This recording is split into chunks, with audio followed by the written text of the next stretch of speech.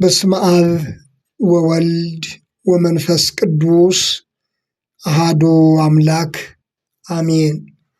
እኛ ግን አገራችን በሰማይ ነው።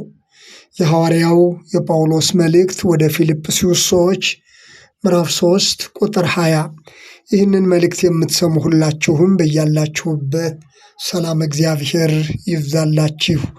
የሰላም አምላክ ልዑል እግዚአብሔር ይህችን ዕለትና ሰዓት በዕድሜያችን ላይ ስለጨመረልን ክብርና ምስጋና ለእርሱ ይሁን። እኛ ግን አገራችን በሰማይ ነውና ይህ ቃል ይህ መልእክት ለሌሎችም እንዲደርስ ላይክና ሼር ማድረግን አትርሱ። ሰብስክራይብ ያላደረጋችሁም ሰብስክራይብ በማድረግ እንድትጀምሩ በአክብሮት አሳስባለሁኝ። የእግዚአብሔርን ቃል መስማት ሰማያዊ መኖሪያችንን እንድናስብ ያደርገናል። የእግዚአብሔርን ቃል መስማት ተስፋ ቢስ በሚያደርገን በዚህ ዓለም ስንኖር በምንሰማው በምናየው ነገር ሁሉ ተስፋ ቢስ እንድንሆን የሚያደርገውን ዓለም አልፈን ከዚህ ዓለም ባሻገር ያለውን ዘላለማዊ መኖሪያችን በሰማይ እንደሆነ እንድናስብ ያደርገናል። ስለዚህ ሐዋርያው ቅዱስ ጳውሎስ ለፊልጵስዩስ ክርስቲያኖች በጻፈው መልእክቱ በዚህ ምዕራፍ ቁጥር 20 እና 21 ላይ እንደዚህ ይላል። እኛ አገራችን በሰማይ ነውና ከዚያም ደግሞ የሚመጣ መድኃኒት እርሱንም ጌታን ኢየሱስ ክርስቶስን እንጠባበቃለን።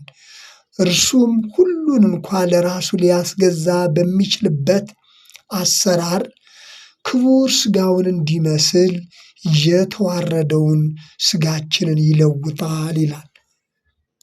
የተዋረደውን ሥጋችንን ይለውጣል። ክቡር ሥጋውን እንዲመስል የተዋረደውን ሥጋችንን ይለውጣል። መለስ ብለን ቁጥር 18 እና 19 ላይ ደግሞ እንደዚህ ይላል።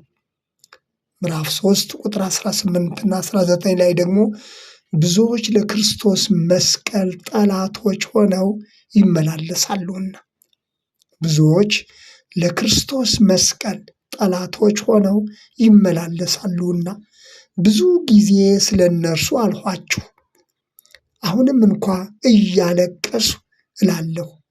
መጨረሻቸው ጥፋት ነው፣ ሆዳቸው አምላካቸው ነው፣ ክብራቸው በኖራቸው ነው፣ አሳባቸው ምድራዊ ነው ይላል። አሳባቸው ምድራዊ ነው።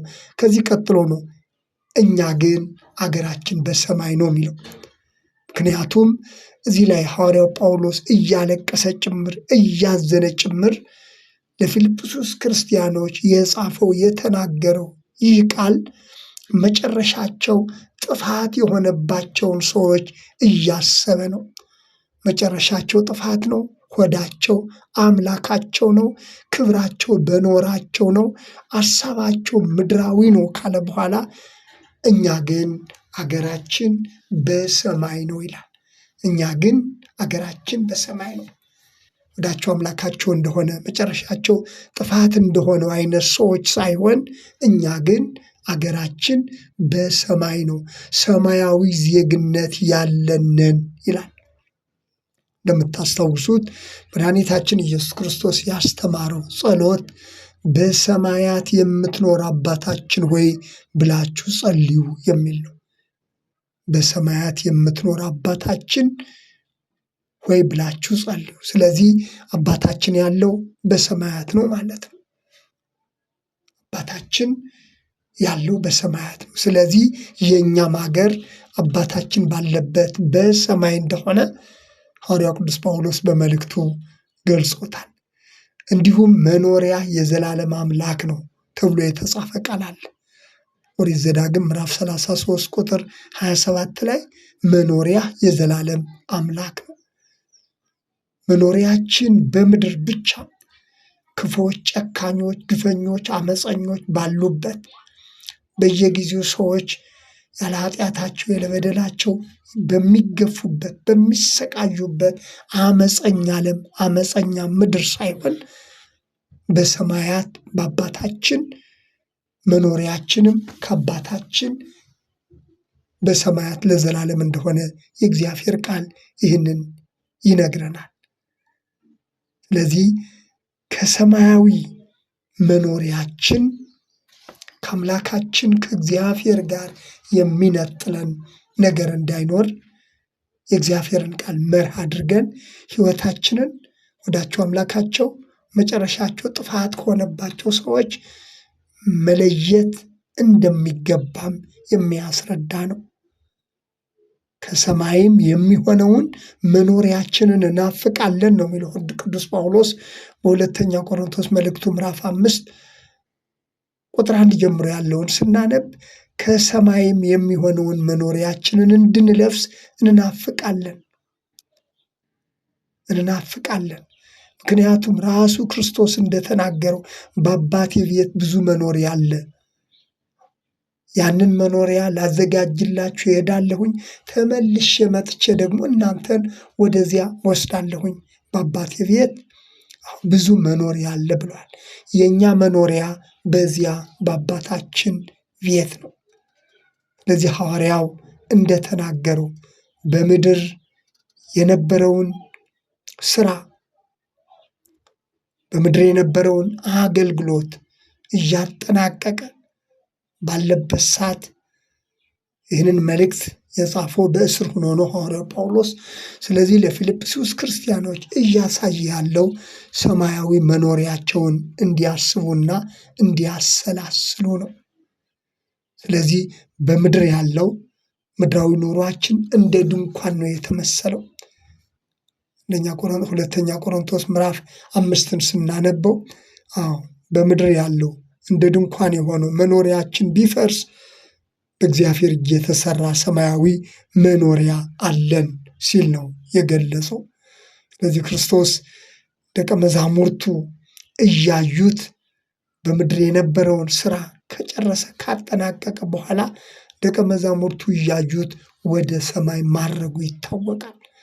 የሐዋርያት ሥራ ምዕራፍ 1 ቁጥር 9 ላይ እንደተገለጸው እያዩት ከፍ ከፍ አለ ነው የሚለው፣ ወደ ሰማይ አረገ። ይህ የእርሱ ወደ ሰማይ ማድረግ የእኛም የመጨረሻ መኖሪያችን በሰማይ እንደሆነ ሊቁ እንደተናገረው አርገ ከመ ያለቡ ዕርገተ ጻድቃን፣ የጻድቃንን ዕርገት ያስገነዝብ ዘንድ የጻድቃንን ዕርገት የቅዱሳንን የክርስቲያንን ዕርገት ያሳስብ ዘንድ እርሱ አረገ ሲል ተናግረዋል። ስለዚህ ሰማያዊ መኖሪያ በእምነትና በመንፈሳዊ አስተሳሰብ ልንጠብቀው የሚገባ ነው። ምክንያቱም እነዛኞቹ አሳባቸው ምድራዊ ተብሏል፣ መጨረሻቸው ጥፋት ነው ተብሏል። ይህ ሰማያዊ መኖሪያ ይህ ሰማያዊ ዜግነት ከአምላካችን ከእግዚአብሔር ጋር የሚያኖረን ይህ ሰማያዊ መኖሪያ ዛሬ ላይ አስተሳሰባችንንና እምነታችንን የሚወስን ነው። እነዛኞቹ ሀሳባቸው ምድራዊ ነው ተብሏል። እኛ ደግሞ ሰማያዊ መኖሪያችንን የምንናፍቅ ከሆን አስተሳሰባችን ሰማያዊ መሆን አለበት። ሐዋርያው በዚሁ በፊልጵስዩስ መልእክቱ ምዕራፍ 3 ቁጥር 14 እና 15 ላይ እንደገለጸው በኋላ ያለውን እየረሳሁ በፊት ያለውን ለመያዝ እዘረጋለኋል። በፊት ያለውን ለመያዝ እዘረጋለሁኝ፣ በኢየሱስ ክርስቶስ ከፍ ከፍ ያለውን የእግዚአብሔርን መጥራት ዋጋ እንዳገኝ ምልክትን እፈጥናለሁ ይላል። ያንን ዋጋ እንዳገኝ በክርስቶስ ኢየሱስ ከፍ ከፍ ያለውን። ስለዚህ ምድራዊ የሆነ አሳሰብ በምድር ያለውን ጠፊ የሆነውን አላፊ የሆነውን ነገር ሳይሆን ሰማያዊ የሆነውን ማሰብ ይገባናል። ወደኋላ ሳይሆን ወደፊት ያለውን ሰማያዊ ነገር፣ ሰማያዊ ክብር፣ ሰማያዊ መኖሪያ ለማግኘት ወደፊት መዘርጋት ያስፈልጋል። ሰማያዊ ተስፋ የሌላቸው ሰዎችን ሆዳቸው አምላካቸው እንደሆነ ሆዳቸውን ብቻ የሚያመልኩ በጥፋት መንገድ የሚሮጡ በጥፋት መንገድ የሚመላለሱ መሆናቸውን ሐዋርያው ጳውሎስ በለቅሶ ነው የገለጸው፣ በሐዘን ነው የገለጸው። እውነት ነው፣ ያሳዝናል። ጊዜያዊ ነገር ለብቻ ተወስነው የነገን አለማሰብ፣ የወደፊትን አለማሰብ፣ ሰማያዊውን መኖሪያ አለማሰብ፣ የጥፋትን መንገድ መምረጥ መመለክ የሚገባውን እግዚአብሔርን ትቶ ሆድን ማምለክ፣ ራስን ማምለክ መጨረሻው ጥፋት እንደሆነ ከዘረዘረ በኋላ ነው እኛ ግን ያለው። እኛ ግን አገራችን በሰማይ ነውና፣ ስለዚህ ልባችሁ በሰማይ ይሁን ተብሏል። መኖሪያው በሰማይ የሆነለት ሰው መኖሪያዬ በሰማይ ነው የሚል ክርስቲያን ልቡን በሰማይ ማድረግ አለበት። ልባችሁ በሰማይ ይሁን ተብሎ እንደተጻፈው እንደዚሁም በላይ ያለውን አስቡ ይላል ሐዋርያው ቅዱስ ጳውሎስ በቆላስይስ መልእክቱ ምዕራፍ 3 ላይ በላይ ያለውን አስቡ በምድር ያለውን አይደለም ይላል። ልባችንን በሰማይ ማድረግ፣ በሰማይ ያለውን ማሰብ፣ በሰማይ ያለውን ማሰላሰል፣ በትክክል አገሬ በሰማይ ነው ብሎ ከሚያምን ክርስቲያን ሁሉ ይህ ይጠበቃል። ወገኖች በምድር ያለውን የምናውቀው ጉዳይ ነው። በምድር ያለው ሐዘን ነው፣ ጭንቀት ነው፣ መከራ ነው፣ ለቅሶ ነው፣ መገፋፋት ነው፣ ጥላቻ ነው፣ አንዱ በሌላው ላይ መነሳሳት ነው። ደግነቱ ይህ ምድር ያበቃል፣ ይጠፋል፣ ያልፋል። የማያልፈው እውነተኛ መኖሪያ ግን በላይ በሰማይ ያለው መኖሪያችን ነው። ስለዚህ በሰማይ ወዳለው ወደ አባቱ ከእርሱ ጋር ለመኖር የሚያስብ ክርስቲያን ሁሉ አስተሳሰቡም ልቡም መኖር ያለበት በሰማይ እንደሆነ ያስገነዝበናል። ወደ ቅዱስ ጳውሎስ በዚህ በፊልጵስዩስ መልእክቱ ምዕራፍ 3 ላይ ሁለት ተቃራኒ ነገሮችን እንዳሳየ ልብ ልንል ይገባል። አንደኛ የመስቀሉ ጠላቶች የሆኑ ሐሰተኞች አስተሳሰባቸው የሐሰት ትምህርትን የሚያንሰራፉ ሐሰተኞችና የመስቀል ጠላቶች የሆኑ እንደገና ደግሞ አስተሳሰባቸው ለራሳቸው ጥቅምና ለራሳቸው ፍላጎት ብቻ የሆነ ሆዳቸው አምላካቸው የሆነ ክብራቸው በኖራቸው የሆነ እንዲህ አይነት ሰዎች መኖራቸውን በአንድ መልኩ አሳይተዋል። ለግል ጥቅም ለጊዜያዊ ፍላጎት ብቻ የሚኖሩ ሆዳቸውን ብቻ የሚያመልኩ የጥፋትን መንገድ የመረጡ አንደኛው ወገን እንደዚህ ነው። ሁለተኛው ደግሞ አገራችን በሰማይ ነውና በማለት ራሱን ጨምሮ አገራቸው በሰማይ እንደሆነ አገራቸው ዘላለማዊ መኖሪያቸው በሰማይ እንደሆነ የሚናፍቁ ደግሞ ሁለተኛው ወገን ናቸው። ከነዚህ ሁለት ነገሮች መካከል የቱ ጋር እንደቆምን እኛም እያንዳንዳችን ራሳችንን ማየት ይገባናል።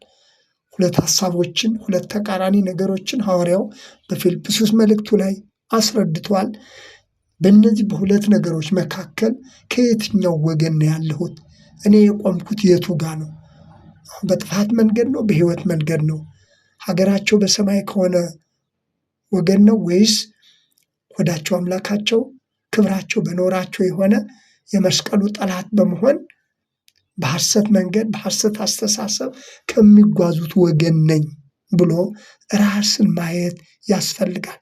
ከነዚህ ከሁለቱ መካከል የትኛው ወገን ነው ያለሁት ብለን እያንዳንዳችን ራሳችን ማየት እንድንችል የሐዋርያው ቅዱስ ጳውሎስ መልእክት ለፊልጵስዩስ የጻፈው ይህ ሐዋርያው የጳውሎስ መልእክት ለፊልጵስዩስ ክርስቲያኖች የተጻፈው ምዕራፍ 3 ላይ ያለው የተገለጸው ሐሳብ እያንዳንዳችን መኖሪያችንን፣ አገራችንን፣ መጨረሻችንን የጥፋት መንገድ ወይም የሕይወት መንገድ፣ የዘላለም መንገድ ወይም ጊዜያዊ መንገድ መሆኑን የምናይበት በግልጽ የተቀመጠ ሐሳብ።